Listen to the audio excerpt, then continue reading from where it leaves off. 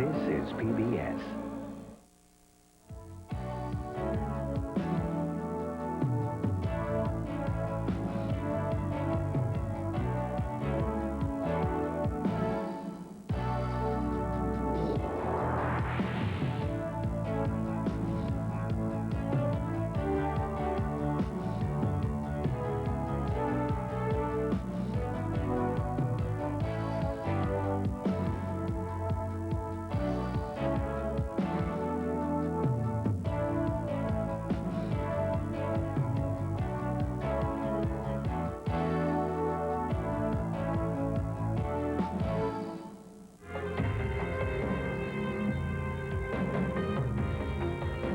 In a time when issues and events crowd our lives and personal concerns cloud our vision, public television reminds us that our world remains a place of endless wonder. That nature is not something outside of ourselves, but a part of who we are, how we live and learn. And public television's unparalleled lineup of science and nature programs gives every American the chance to celebrate the great spectacle of life beneath the sea and beyond the stars. I think the first encounter with Jupiter really shocked a lot of people. All we can say now is, wow, what a way to leave the solar system. Public television takes viewers across the ever-widening seas of space and helps them gain a deeper respect for our own fragile planet. Live from MIT. America turns to public television to explore the wonders of nature and the changing nature of science, the impact that science has had on our collective history and our individual lives. Archaeology involves botanists, it involves zoologists, it involves geologists. For heaven's sake, that must be interesting. Let's do rehearsal. And you'll turn and give your look, okay? Humanity is on the verge of another incredible voyage. From the smallest molecule to the vastness of space, the beauty of burning deserts and barren lands of ice, the endless drama of survival, of predators and their prey, creatures out of dreams and out of time. Public television will always be America's single most important and accessible source of information and understanding about the world in which we live, the beauty that surrounds us, the mysteries waiting to be solved. They are the most powerful objects in the whole universe we know of. Babies are going to have all the neurons that they're ever going to have in life by 5 months gestation. You are going to be a very happy person. It's a journey that's both dangerous and mysterious. To wonder, to explore, the never-ending story of public television.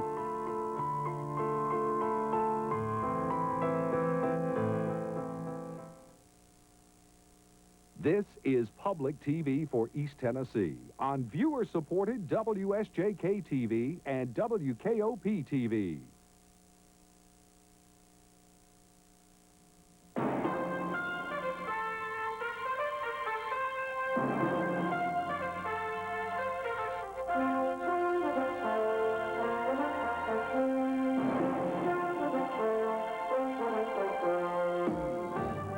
Western is back, but with a big difference. After everyone had said that Westerns were as dead as Custer after the battle, Westerns have returned, but with new stars, provocative new themes, feisty frontier women, and more are on the way. We'll look at some of the recent Western hits, which have won audiences over as sneak previews. Goes back in the saddle again.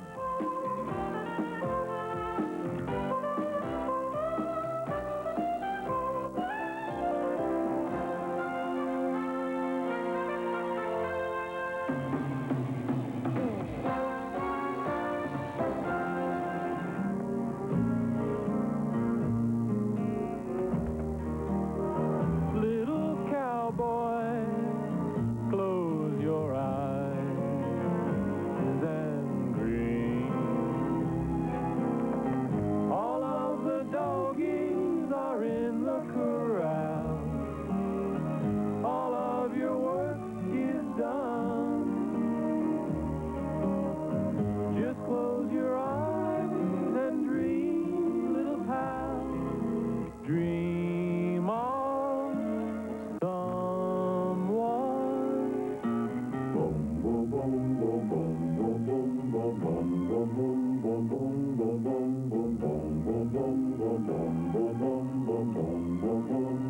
boom, boom, boom.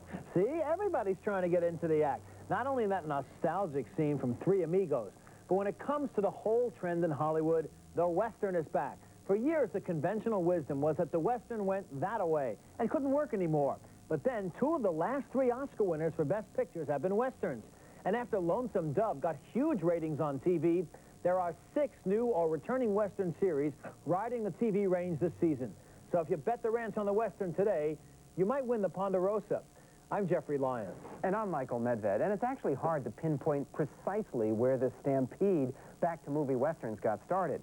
But one of the key films in launching the trend was certainly Lawrence Kasdan's Silverado back in 1985. Now, even though it wasn't a big hit at the box office, it got the attention of a lot of people inside the movie business by using some of Hollywood's sensitive yuppie stars in a big, energetic epic that combined the old-fashioned appeal of a wide-open spaces Western with a sharp contemporary edge. We charge them, they won't stand a chance. But first, we got to get to them horses. The story followed the old formula of 4 mismatched partners who find one another and then manage to stand up against impossible odds, fighting corrupt bad guys for the cause of decency.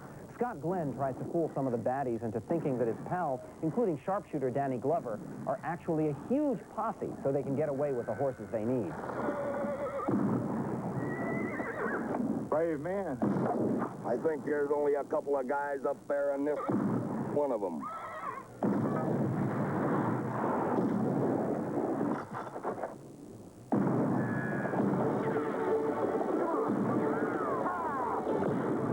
Get that guy! Keep him from getting the horses!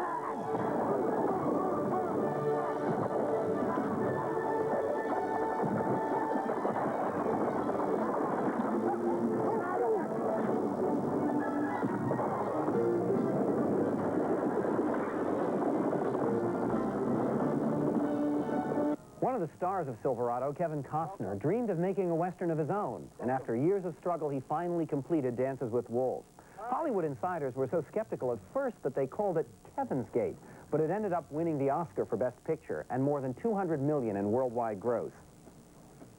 Please, sit down. Sit down.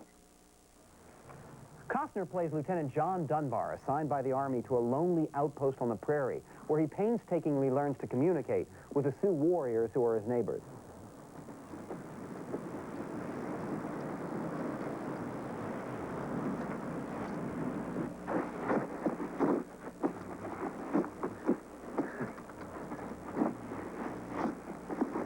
Wait, just a minute.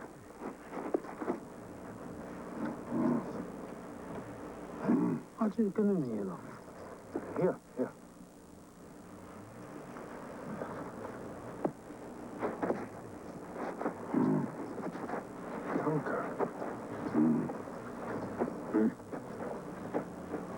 Tatanka. Tatanka. Tatanka? Tatanka. Tatanka. Here. Tatanka. Tatanka. Tatanka. Tatanka. Tatanka. Buffalo. 2 years later, Unforgiven earned more than just a fistful of dollars. It was another smash hit and another Oscar winner for Best Picture, this time for a veteran gunslinger named Clint Eastwood. He played a reformed killer who comes out of retirement to take one last job, but who here parts company with his old partner, Morgan Freeman. Luck, we'll find him by nightfall or in the morning. Then we can shoot him and head on back with the money. You want the Spencer, Will? This ain't no time to quit, Ned. You know, you're going to lose your share, Ned. Shut up. I'll see you, Will. So long, kid. Ned! As you know, Michael, I'm one of the few critics who did not like Unforgiven. Not that I expect anything conventional in movies, but I didn't like the violence. It was very dark and foreboding and disturbing, and I was looking for a hero, and my favorite actor, Gene Hackman, played the town sheriff, wearing the star, and he turned out to be a character as vicious as the one portrayed by Clint Eastwood. Maybe I think it was a function of Clint Eastwood's charisma that made the movie an Oscar winner. I don't know, but I'm still surprised that it won. Well, I'm surprised that it did as well at the box office as it did. I thought it was a terrific movie. I thought it deserved the Oscar, partially because of the moral ambiguity that it had about each character. There are no white hats and black hats, no clear-cut right and wrong. And in that sense, I think it was trying to be a little bit more true to the actual reality of the Wild West. It's been called a revisionist Western, as has Dances with Wolves and has Silverado even. One of the things that they did was to try to recapture that reality that the American frontier was not just the province of white males. Sort of Dances with Wolves is the ultimate in that, because here's a movie that takes the old cowboys and Indians formula and turns it on its head. The Indians are the good guys, and every white male, except for Kevin Costner, is a bad guy. Well, it reminded me of a similar movie which accomplished the same thing back in 1971, Little Big Man. This movie, too, had narration by the star, which not only moved... Right, but here also Kevin Costner narrated, as did Dustin Hoffman. Didn't only move the story along, but it focused on the individual Sioux warriors. So that by the end of the movie, not in a rather condescending way, but in a real, genuine, heartfelt way, you felt like you were riding a war pony right along with them, and you felt when one of them died, that a brother of yours had died. And how about that buffalo hunting scene? It looked like a painting by Frederick Remington come to life. That's one of the most unforgettable, beautiful scenes in the history of Westerns. Well, it's a beautifully shot movie. I think one of the reasons it was so successful, you can sort of feel the glow coming off the prairie, even in that clip that we showed there. And what an audacious piece of work. Here, after all, is a 3-hour-long movie in which most of the dialogue, or at least a great deal of it, isn't even in English. It's in Lakota, the Sioux Indian language. I think it's fair to say this is the most successful movie ever made in the Lakota language. But not likely to be the last. If it works so well in that movie, I think the next time, at least I hope so, that we see Native Americans speaking for any extended period of time, they won't talk like poor Jay Silverheels had to do in The Lone Ranger. Right. Get them up scout. They would talk with their real language with the subtitles. Well, it doesn't have to be condescending. And I think we ought to say that one of the reasons people expected that Dances with Wolves would be such a flop is it came on the heels of Heaven's Gate, a big, ambitious Western by Michael Cimino. That movie, more than any other, was said to have put the nail in the coffin of the old Western in the 1980s. And people were really taking a big risk, as Lawrence Kasdan, director of The Big Chill, did, to even try a big, ambitious Western. His film at least showed that even though you have Big Chill actors like Jeff Goldblum and Kevin Kline appearing in it, you can still have a lot of traditional fun with an old-fashioned Western. Kevin Costner, too, but the first half of the movie is definitely the best. There are too many characters and it meanders, but it's still lots of fun and was instrumental in the revival of the Western. Well, besides Unforgiven or Dances with Wolves, big, sprawling, serious cowboy movies, several films have taken familiar Wild West scenes we've seen so many times before and given them a comic twist, making them look like part of a strange, odd world in the eyes of a hero who doesn't belong there at all. In Back to the Future 3, for example, Michael J. Fox is that kind of fish out of water, traveling back in time to the Old West of the 1880s, and a saloon that surely doesn't carry Diet Coke. I'll have, ice water. Ice Water? You want water, you better go dunk your head in the horse trough out there. In here, we pour whiskey.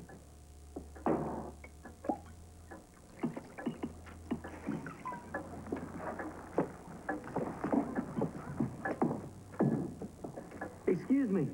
What? I'm trying to find a blacksmith. Hey, McFly! Thought I done told you never to come in. Hey, you ain't ashamed, Miss McFly. You look like a no, especially with that dog ugly hat. You kin to that, hey, barber? What's your name, dude? Mark Eastwood. Clint Eastwood. What kind of stupid name is that? It's nothing to be ashamed of. I had the same problem. In City Slickers, Billy Crystal and Daniel Stern have signed on for a fantasy cattle drive. But even though they're punching cows, they can't seem to forget one of the most serious problems from their lives back in the city. Again? I mean, promise me you won't get upset. Okay. It's not going to do any good. Okay. If you want to watch one show, but record another show at the same time, the television set does not have to be on Channel 3. It does. No, it doesn't. does. No, if you're watch a recording, then it has to be on 3. But the TV or the machine? The TV. You're saying I can record something I'm not even watching? Yes, that's the point. You don't even need a TV to record. How would I see it? Well, to see it, you need a TV. But Shut up. Just shut up. He doesn't get it. He'll never get it. It's been 4 hours. The cows can tape something by now. Forget about it, please. How do you do the clock? You're dead. And And in the expensive and ambitious Quigley Down Under, Tom Selleck plays a fish way out of water, an American cowboy who signed on as an expert marksman for an Australian rancher, and he's just arrived on the other side of the world.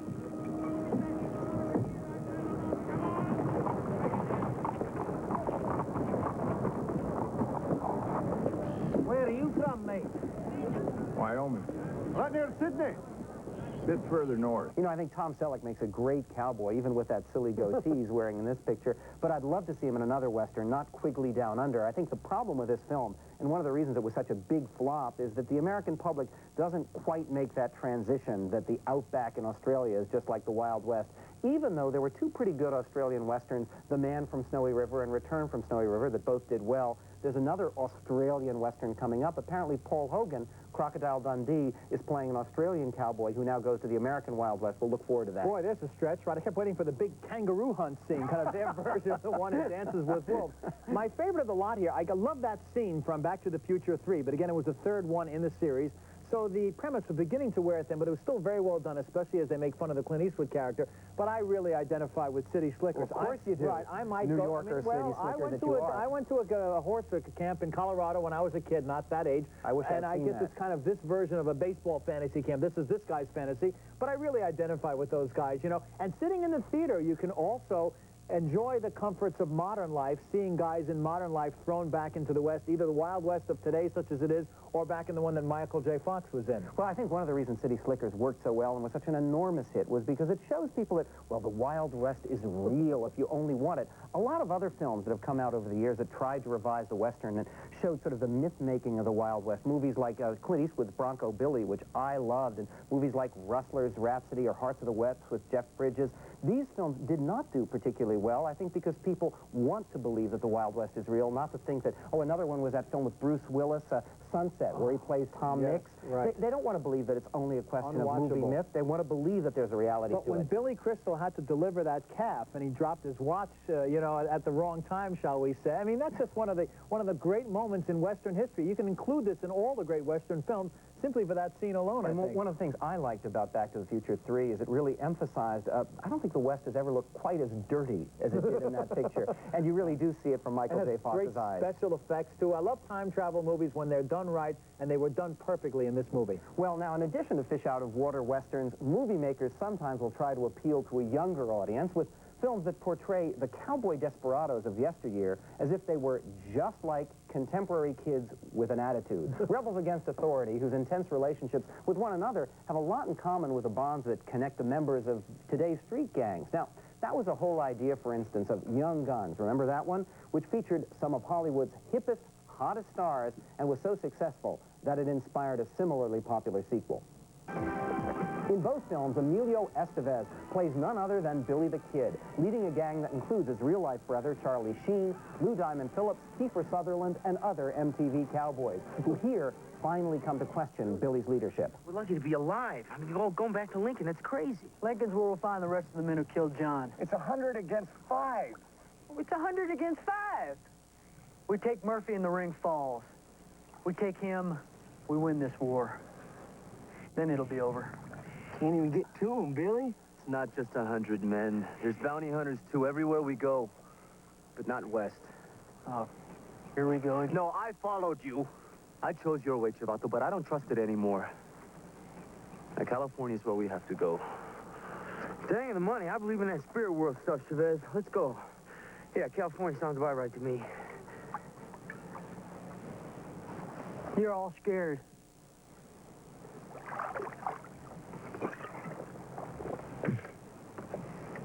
And you're going to fail the test. What test? You have to test yourself every day, gentlemen. Once you stop testing yourself, you get slow. And when that happens, they kill you. Posse was even more direct in drawing a connection between today's street gangs and gunslingers of the Wild West. Written and directed by its charismatic star, Mario Van Peebles, this picture actually tried to rescue a lost chapter in Western history. The fact that many thousands of former slaves and other African Americans found their way to the frontier. But mixing contemporary language and references with nods to old spaghetti westerns and other movie cliches, this picture never took itself too seriously, even in a big showdown at high noon. Just one more. One more. Chuck, show her what you should, please, Chuck. Chuck. Come on, and you wouldn't shoot nothing.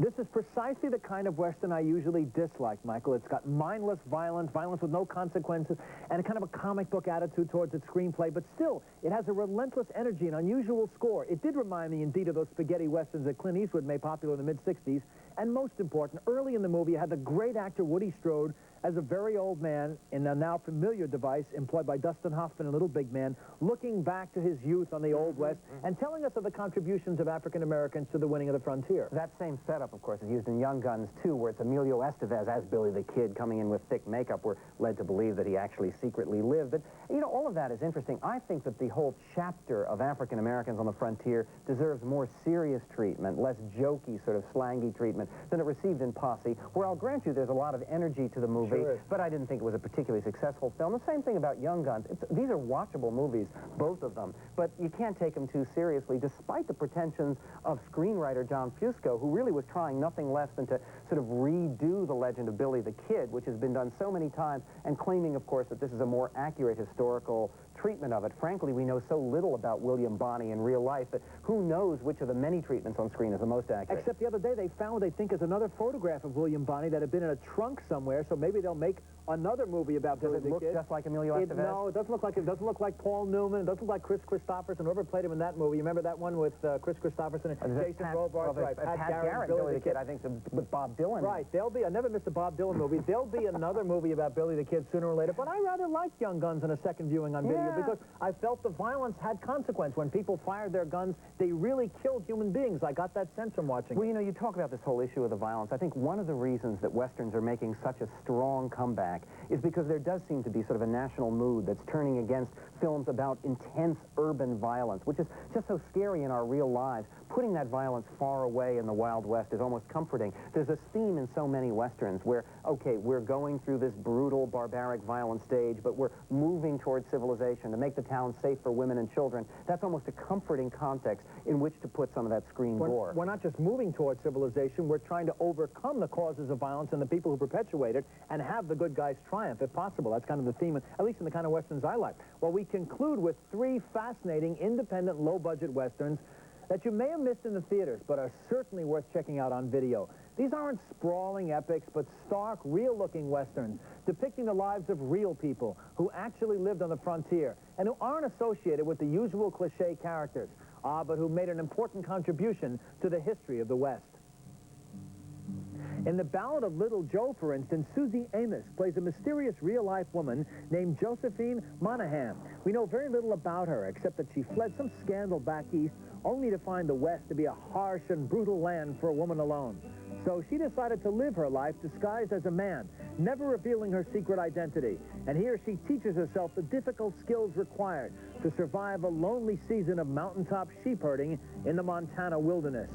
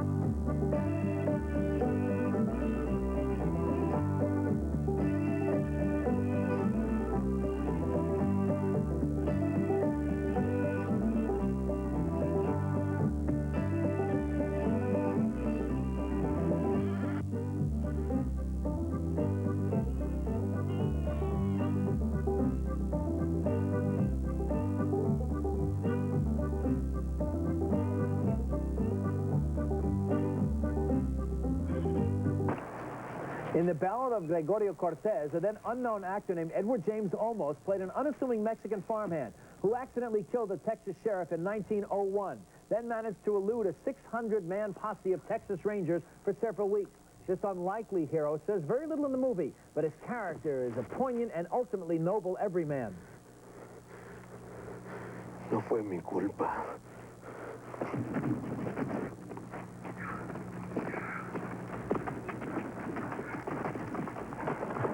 What in the hell happened to you? Take your horse? Took my horse and my gun. Well, this is some picnic, ain't it? You should be dead. Meanwhile, Rosalind Chow starred in 1,000 Pieces of Gold, the incredible true story about a teenage girl who's been sold into slavery by her starving family in China. She eventually winds up in a tough Idaho mining camp where the men are getting a look at her for the first time.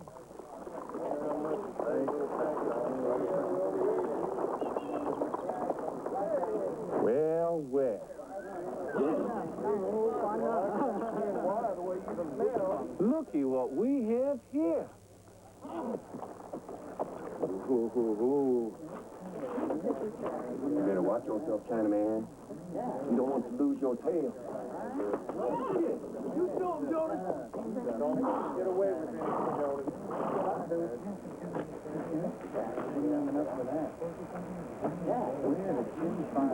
I see those times.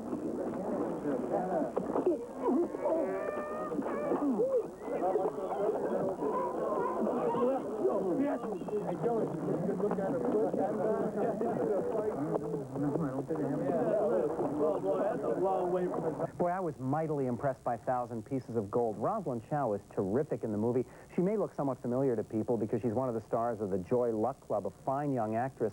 And I think it's interesting that 1,000 Pieces of Gold, like The Ballad of Little Joe, is directed by a woman. And you don't normally associate women as directors of big westerns. Well, these aren't big westerns. They're little independent westerns, but trying in some sense to recapture that idea that women were there on the frontier, too, not just as barmaids, not just as sharpshooters in the Annie Oakley tradition, but part of the whole process of settling the frontier. I think that's part of the appeal of a very popular TV series like Dr. Quinn, Medicine Woman, one of the many Western series that's now making it on the small screen. And they're making Lonesome Dove 2 for the small screen, too, a sequel to the popular miniseries. And, you know, when I think of big Westerns, I think of them as a whole somehow, good as some of them are. When I think of these last 3 Westerns, little moments of the movies come to my mind months, years later even. I can remember watching 1,000 Pieces of Gold and admiring the courage of the filmmakers to take the chance to show long sequences where no dialogue is spoken and just the door is heard creaking, and you don't hear the rustling of the wind like a spaghetti western, but you hear feet hitting on wood to depict the bleakness and the loneliness and the emptiness that life must have been like back then. Well, they're going for something very different in these films than sort of that epic, lyrical, poetic feel that you get in sort of the traditional, even John Ford Western. Here, they're emphasizing the sort of the shabbiness of it, the difficulty, and these are difficult films sort of to watch for a mass audience, but very much worth seeking out. I think the real question now is why all of a sudden has Hollywood rediscovered the Western with such a vengeance? And part of the reason, it seems to me, has to do with sort of the aging of our generation, of the baby boom generation. A lot of people, well, we didn't grow up in the Wild West, but in a sense we did. We all grew up with those TV shows. I mean, I remember I loved Hopalong Cassidy when I was a kid. My first hero, and I answered to the name of Tex because I love Tex Ritter and Gunsmoke. When Gunsmoke first came on TV in 1957, here's a Western that shows bad guys wearing dusters, those long coats, shows you how filthy life was back then at times and how dangerous it really was. Well, everybody loves those long coats. In any event, all of us who are going through this approach to middle age, dare I say it, you know, it's sort of comforting to go back to the forms of childhood, and Westerns are part of that whole baby boom nostalgia, it seems to me. There are whole bunches of them coming up. God, I mean, posse, if you will, right? Yeah, right. They're now making Wyatt Earp, 2 versions of Wyatt, one with Kevin Costner. There's Maverick coming up with Jodie Foster and City Jim Slickers, Connor. too, you know, that's coming back, too. Again, Jack Palance is going to have a role playing the, I don't want to give too much away, playing the brother of Curly. So they're going to be, and Kiefer Sutherland's making a Western. It's just going to keep coming. This most durable of all American art forms is going to continue its popularity. It is a stampede, and I guess you could always say that Hollywood's always been guilty of the herd mentality. Well, I knew you'd say that. So that's it for this special show, Back in the Saddle Again. And I think in summary, we can say that both Jeffrey and I are old-time Western fans, and we're grateful that Hollywood has rediscovered this classic form of movie entertainment. So please join us next time when we'll go back, well, not in the saddle, but to the critics' chairs and review all the new movies in town. I'm Michael Medved. And I'm Jeffrey Lyon. So until next time on Sneak Previews, don't forget to save us the aisle seats.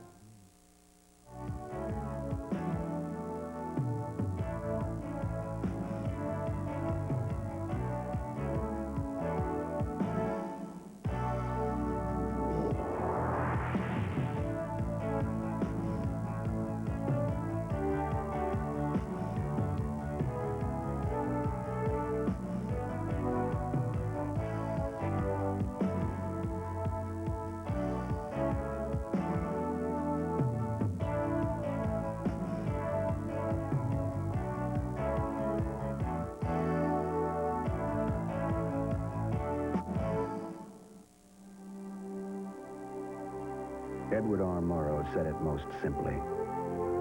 This instrument can teach. It can illuminate. Yes, and it can even inspire. But it can do so only to the extent that humans are determined to use it to those ends. The Civil War defined us as what we are, good and bad things. I may not get there with you, but I want you to know tonight that we as a people will get to the promised land. What we bring is the truth about who we are, what we are, where we came from, and maybe even whether we have company out among the stars.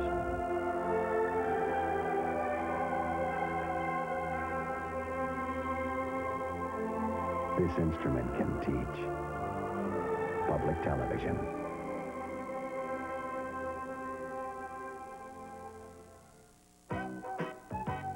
Public TV is the best TV for kids, and I'm not the only one who says so. Take the LA Times, for example. They say Fred Rogers is on his way to becoming a new kind of American hero. Sesame Street has the New York Times asking, can anyone imagine childhood without the Cookie Monster or Oscar the Grouch? TV Guide says Barney and Friends is packed with songs, crafts, and most important, fun. Look what USA Today said about Lamb Chop's Play-Along. PBS deserves a pat on the back for giving us the highly talented Sherry Lewis every day. Shiny Time Station is one of the brightest moments on children's TV today. And Reading Rainbow nurtures children's imagination and invites them to explore the joy of reading. So there, just like me, everyone loves the shows for kids on public TV.